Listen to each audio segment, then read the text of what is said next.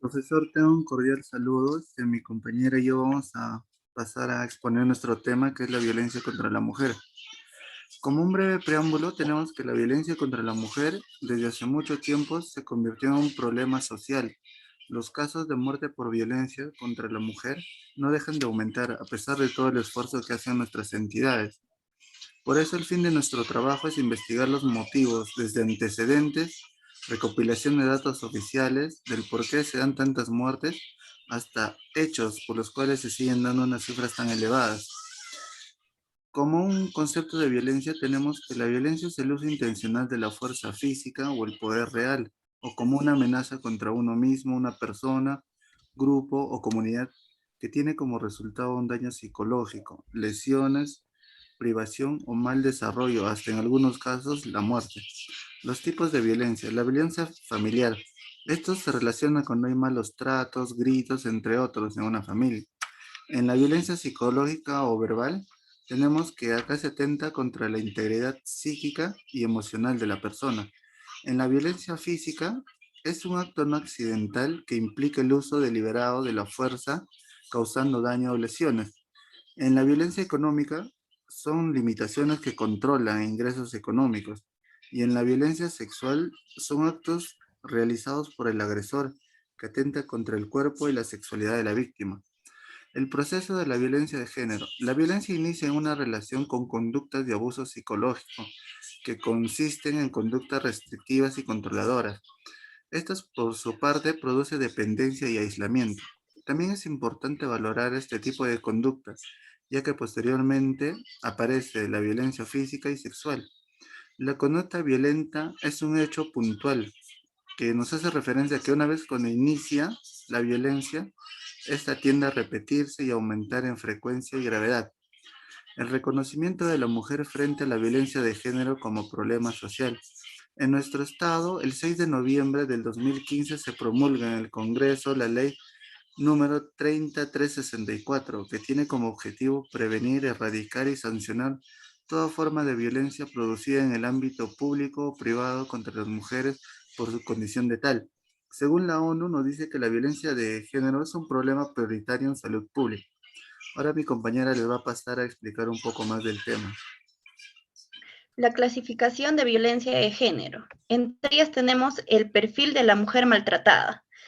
La mujer maltratada presenta un perfil muy concreto.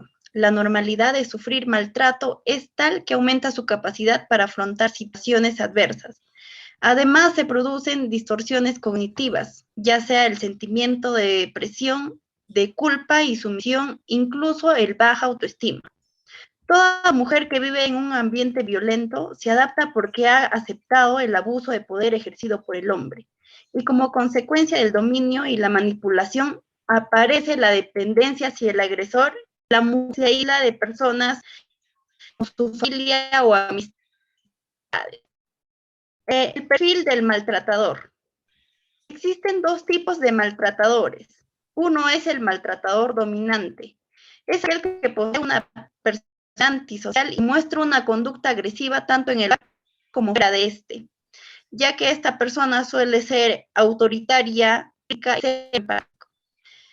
El maltratador dependiente se comporta de manera agresiva no solamente en el entorno doméstico y no tiene problemas en el ámbito social y laboral.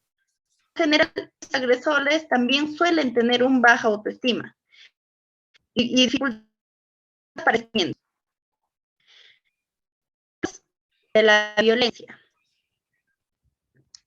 El desarrollo de la violencia de género se produce habitualmente de manera progresiva y suele extenderse durante largos periodos de tiempo, por lo que suelen ser difícil para muchas mujeres darse cuenta del proceso en el que están inmersas. Entre ellas tenemos la fase de tensión acumulativa. Esta fase se caracteriza por maltrato psicológico. Es en tanto cuando el agresor se muestra irritante y hostil, que tanto que parece enfadado y la tensión aumenta, pero no de manera el maltrato agudo. Es cuando la tensión de la fase anterior llega a su límite y este se produce la descarga de dicha, ¿no?, de violencia. Cuando finaliza este episodio, la mujer ya ha sido duramente maltratada y es aquí cuando busca asistencia médica. Comúnmente la violencia se desencadena cuando la mujer se niega a cumplir con las exigencias de su pareja. La tercera fase es de calma y reconciliación. Es después de cometer el abuso. El agresor se siente arrepentido ya que percibe la pérdida de confianza de la víctima. La ve vencida y sin esperanzas. Y por miedo a perder a quien le nutre el ego, responsabiliza por lo sucedido.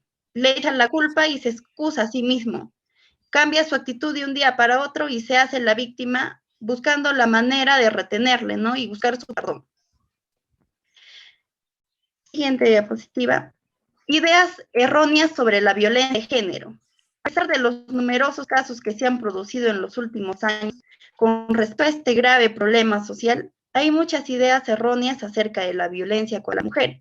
Hay algunos mitos y estereotipos sobre la violencia hacia la mujer, y estos son en que la gente responsabilizamos el maltrato con la excusa del alcohol y las drogas. También decimos que la violencia es a causa de una enfermedad mental. También decimos que los casos de violencia de género son escasos, lo cual no es cierto, ya que la violencia contra las mujeres es un fenómeno que ha permanecido oculto durante años y del que no se conocían datos reales. Por tanto, la prevalencia real del problema se desconoce. Sin embargo, sí se sabe y ha sido confirmado que mueren 1 o 2 mujeres cada 5 días por violencia de género en nuestro país. Gracias.